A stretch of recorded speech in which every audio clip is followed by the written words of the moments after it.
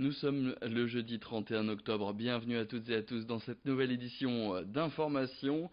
Et dans l'actualité, on va évidemment s'arrêter sur ce sujet santé. Après la gastro, c'est au tour de la varicelle de faire son retour dans les Hauts-de-France. 3 foyers ont notamment été détectés par le réseau Sentinelle, notamment dans le cœur du Pas-de-Calais ou les bassins miniers, et qui s'étend désormais vers la métropole lilloise et vers la Somme. Alors comme tous les virus, la varicelle ne nécessite pas la prise d'antibiotiques et il n'existe aucun médicament spécifique pour la guérir. Dans certains cas, votre médecin peut tout de même prescrire un traitement spécifique pour calmer les démangeaisons des éruptions cutanées.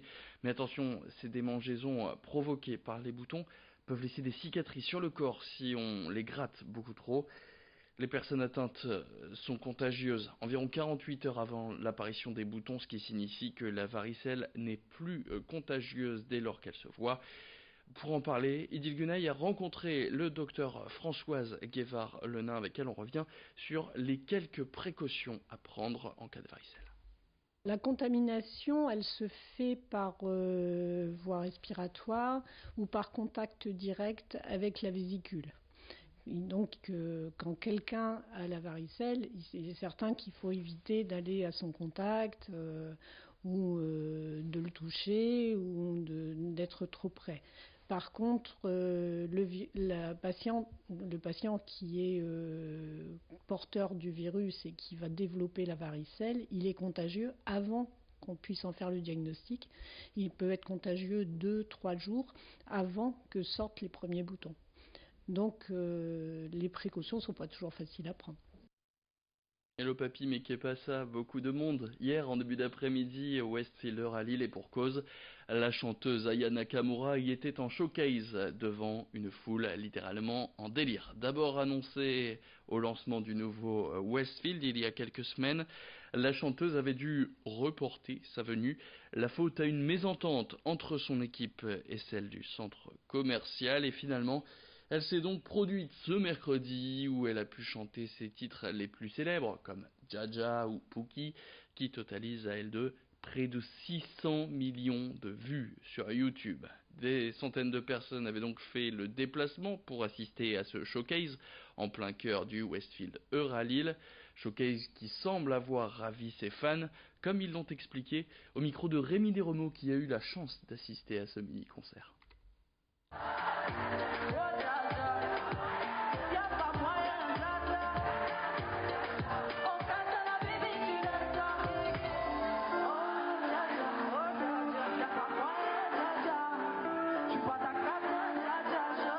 Alors du coup, ça te fait quoi de la voir, Aya Nakamura? Ça fait bizarre de voir une artiste en vrai, quoi. Enfin, je m'y attendais pas. C'est trop bizarre. Je suis très fan d'elle. C'est ma star préférée. Ça nous fait quand même bizarre parce que c'est une grande star. J'ai déjà pris une photo. C'est quoi ta chanson préférée d'Aya Nakamura? Jaja. C'est quoi ta chanson préférée du coup d'Aya Nakamura? Pookie.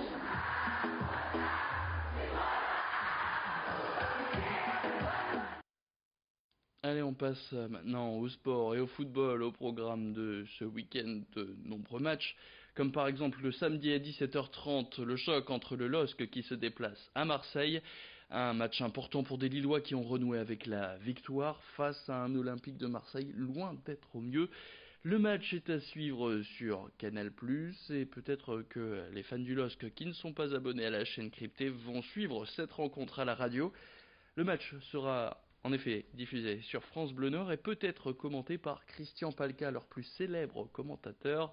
À bientôt 70 ans, lui va prendre sa retraite à la fin du mois de décembre, et c'est Rémi Desremeaux qui l'a rencontré.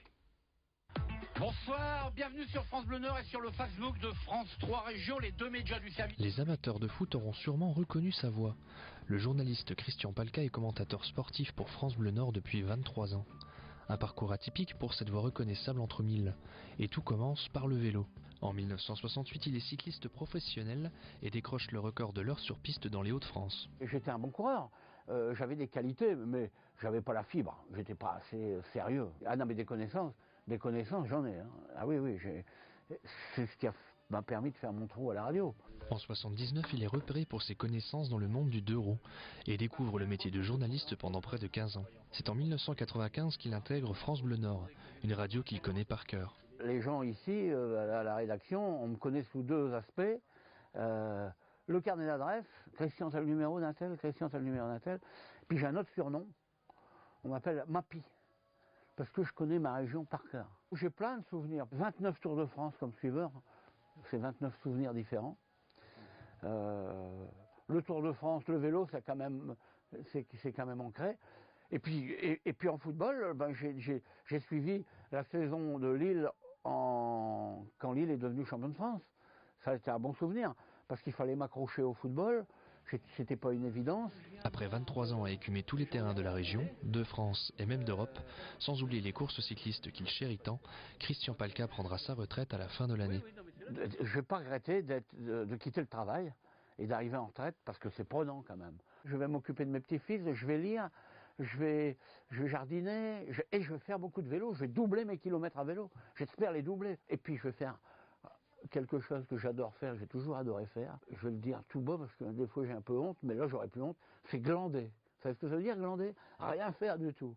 Ne rien faire, voilà. Pas courir, pas dire je vais être en retard là, alors ça me va. Téléphone coupé, avoir le droit de couper le portable, ça va être extraordinaire.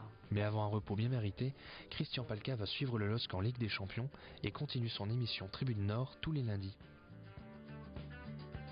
Et les autres rencontres sportives du week-end, il y a du football déjà ce vendredi, du national, avec le déplacement de l'USBCO à Béziers et la réception de Concarneau par l'USLD dans ce duel des ports. Il y aura du basket aussi ce vendredi avec l'ESSM Le Portel qui reçoit Bourg-en-Bresse. Il y a aussi donc du basket dans cette deuxième division française, le LMB qui reçoit Nancy.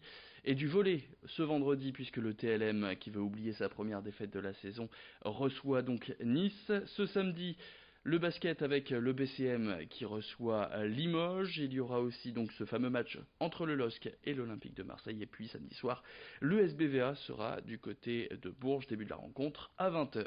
C'est la fin de cette édition. Merci à tous de l'avoir suivi. Tout de suite, vous retrouvez vos prévisions météo. Le retour de l'actu, c'est dans le prochain quart d'heure.